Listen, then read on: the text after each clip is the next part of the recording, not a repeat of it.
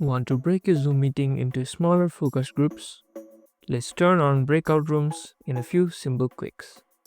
To enable breakout rooms, you need to log in through the Zoom web portal, not just the app. Go to your browser and visit zoom.us, then sign in. On the left side, click on Settings and under the In Meeting Advanced tab, scroll down until you see Breakout Room. Flip the switch to turn it on.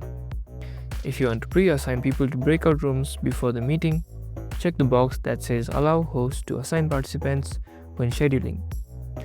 Now open your Zoom Workspace app and start a meeting. Once you're inside, you'll notice a new icon on your toolbar called Breakout Rooms. Click that and you can choose how many rooms that you want, whether to assign participants manually or automatically, and control when they can return to the main session. Breakout rooms are perfect for teamwork, brainstorming, or small group learning. If this tip helped you, give this video a like and subscribe for more quick tips like this.